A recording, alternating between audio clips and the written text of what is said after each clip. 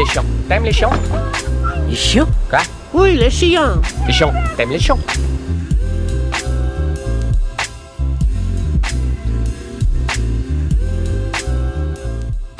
Salut tout le monde et bienvenue sur Écran Fou. Et aujourd'hui, eh bien, petite réaction au trailer qui vient de sortir. Donc le nouveau trailer du film Jurassic World Rebirth, donc Renaissance, hein, qui est censé redonner un nouvel élan à la franchise. Maintenant, dans quel sens, ça, c'est encore un petit peu confus, hein. En tout cas, c'était relativement confus avec le premier trailer. On ne savait pas trop où ça voulait nous emmener. Peut-être que ce nouveau trailer va nous en donner un petit peu plus. Qui sait?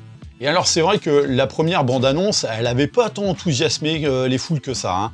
On va pas se mentir. Ça avait été quand même très très mitigé.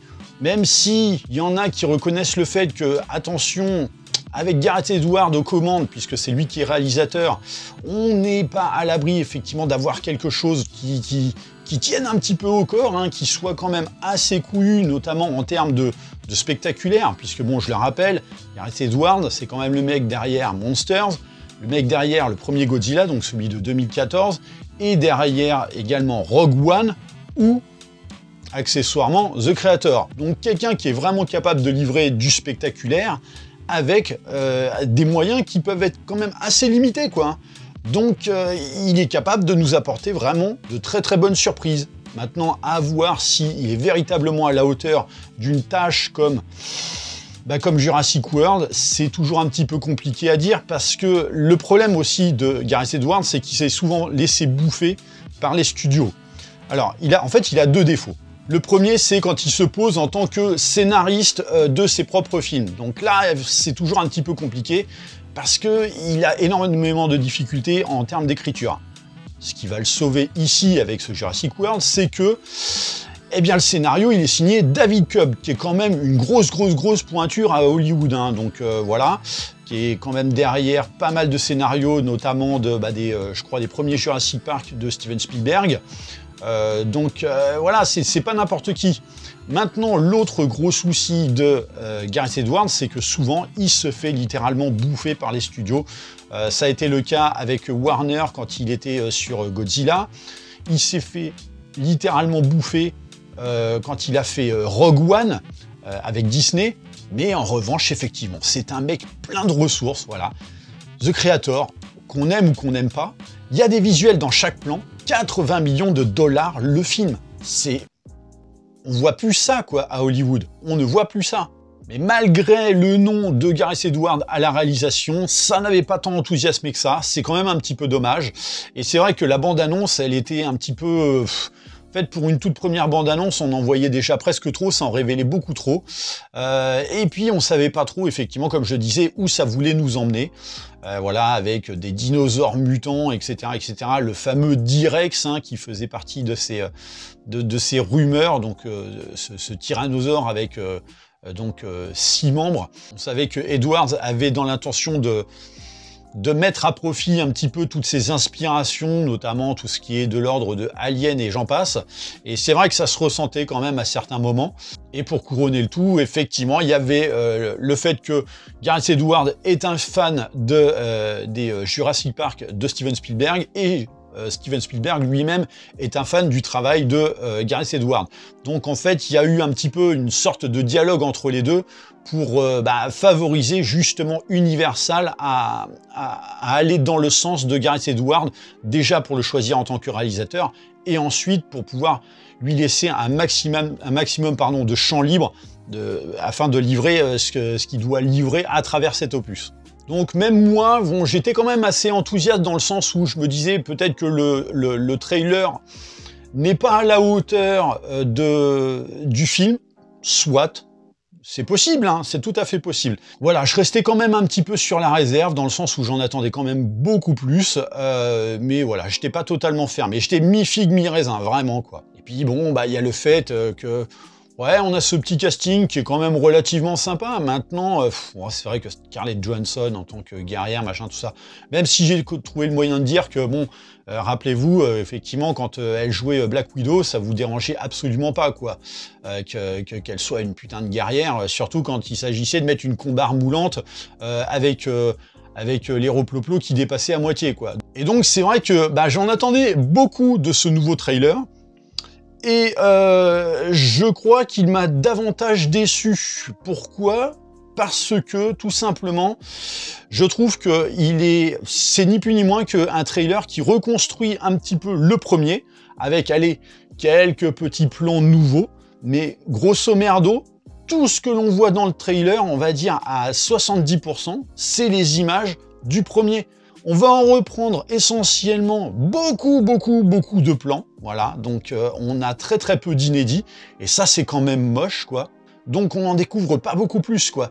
Et moi, franchement, ça m'emmerde. J'ai pas envie de voir un trailer 2 qui est en fait une copie du trailer numéro 1, légèrement modifié, avec juste quelques petits ajouts, ça et là.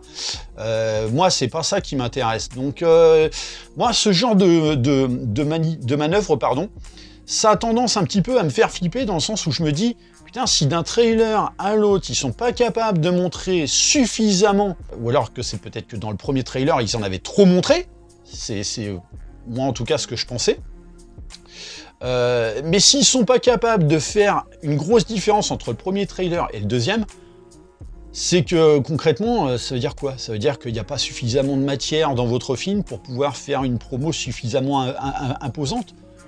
C'est quand même Jurassic World, quoi. Enfin, je veux dire, voilà, c'est une franchise qui, normalement, est censée vous permettre d'atteindre le $1 milliard au box-office.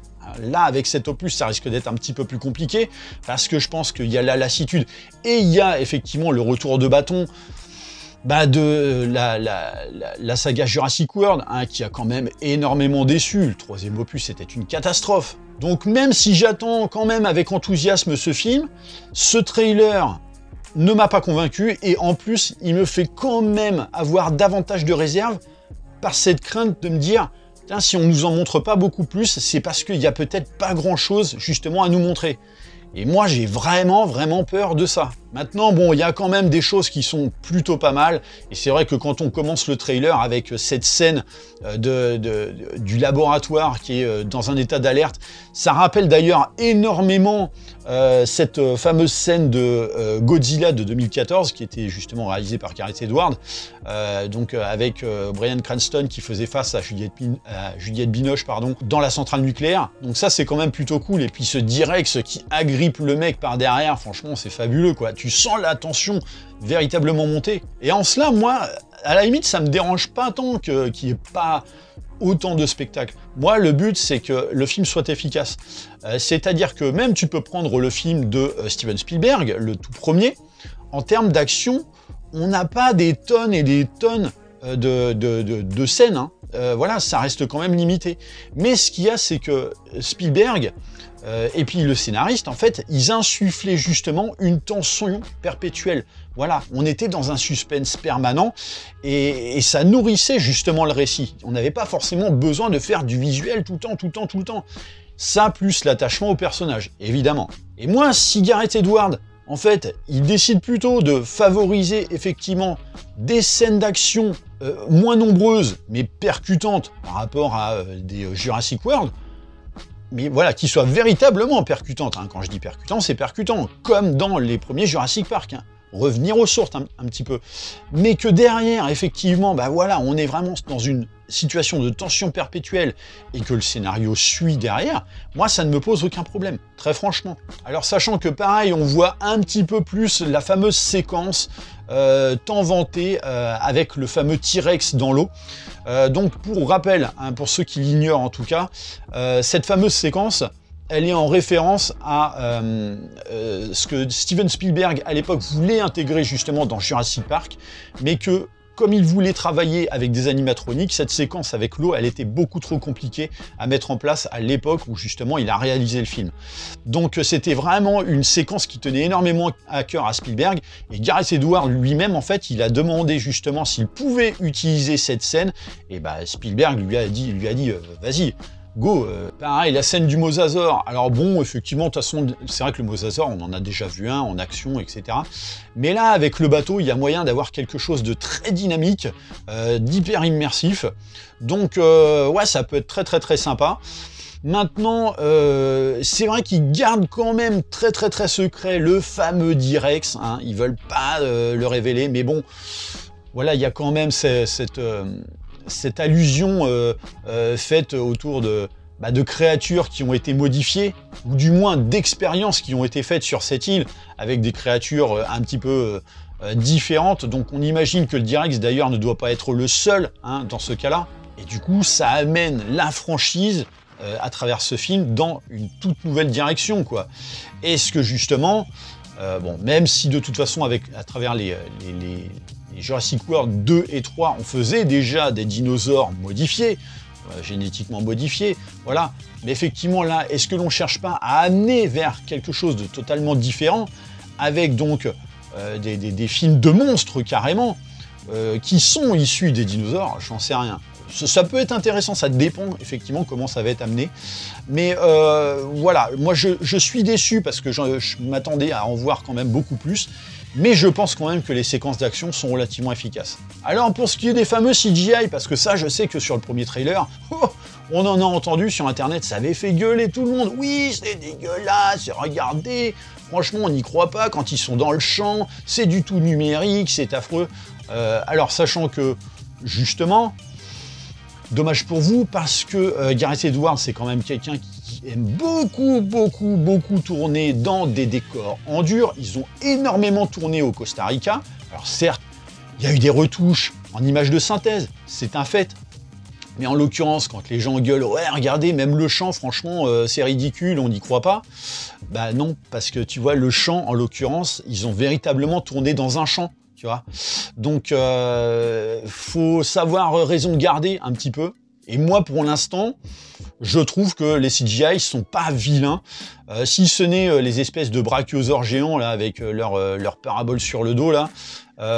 C'est vrai que aller voir de loin comme ça, on perd en texture et du coup, on n'arrive pas à bien distinguer le côté vraiment palpable de ces bestioles-là. Ce qui, à la limite, fonctionne déjà un peu plus, par exemple, avec le T-Rex ou cette espèce de ptérodactyle qui marche sur les pattes, là, enfin, qui se met à courir sur les pattes.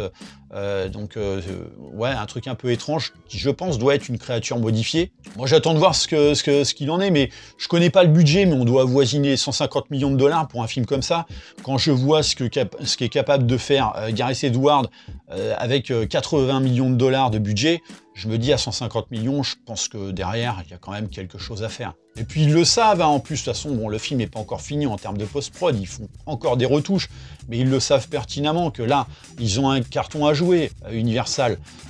Ça fait partie de leur grosse franchise. S'ils veulent encore la maintenir à flot, ils sont obligés d'alimenter un petit peu plus.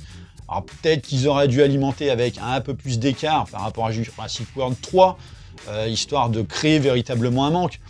Mais oui, le manque des dinosaures, de toute façon, il y a longtemps qu'il a disparu. Mais un manque par rapport à la franchise. Maintenant, les acteurs, j'ai envie de dire oui, pourquoi pas. Bon, Scarlett Johansson, je suis encore dans le doute, hein, malgré tout. Moi, j'attends beaucoup de Mahershala Ali parce que je l'adore. Ce qui me dérange un petit peu plus, après, c'est ouais, cette fameuse idée qui nous est évoquée dans le film. Bon, qui est un peu éclaté, c'est-à-dire que c'est toujours la même chose qu'on nous raconte, c'est-à-dire que ah bah regardez, il nous faut absolument ça parce que ça sera un remède qui pourra sauver l'humanité, etc. Ouais bon, ça va faire exactement comme dans Jurassic World 3, c'est-à-dire que ça va être un mec qui se la joue un petit peu philanthrope et qui veut mettre soi-disant des plans à exécution pour le bien-être du monde, mais en fait c'est pour cacher toutes ces magouilles qu'il fait à côté. Donc ça se sent comme le nez au milieu de la figure. J'espère que David Koepp au scénario saura nous surprendre en la matière. On va croiser un max de doigts. Mais toujours est-il que, où est-ce que là, ça veut nous amener dans la franchise, ce film-là? Je sais pas quoi. D'ailleurs, est-ce qu'ils envisagent effectivement de poursuivre la franchise au-delà de ce film-là s'il venait à cartonner? J'en sais rien. Et même la question que je me pose tout court, c'est où est-ce que le film veut aller. Et puis j'ai encore une crainte, c'est véritablement le cliché pur et dur de la franchise Jurassic Park et Jurassic World. À savoir que, ici, on se retrouve avec « Oh, bah ça alors, une famille qui est partie en escapade !» Et en général, tu vois, ce genre de famille, ça a tendance à vite me faire chier dans cette franchise, parce que les personnages sont éclatés, ce sont des clichés, et surtout, ils sont imbuvables.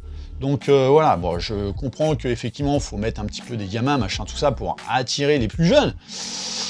Mais j'ai vraiment peur de ça. Bref, voilà ce que j'avais à dire par rapport à ce fameux trailer que j'attendais et bon, qui m'a effectivement beaucoup déçu. Maintenant, est-ce que je ferai l'impasse? Non, bien sûr que non.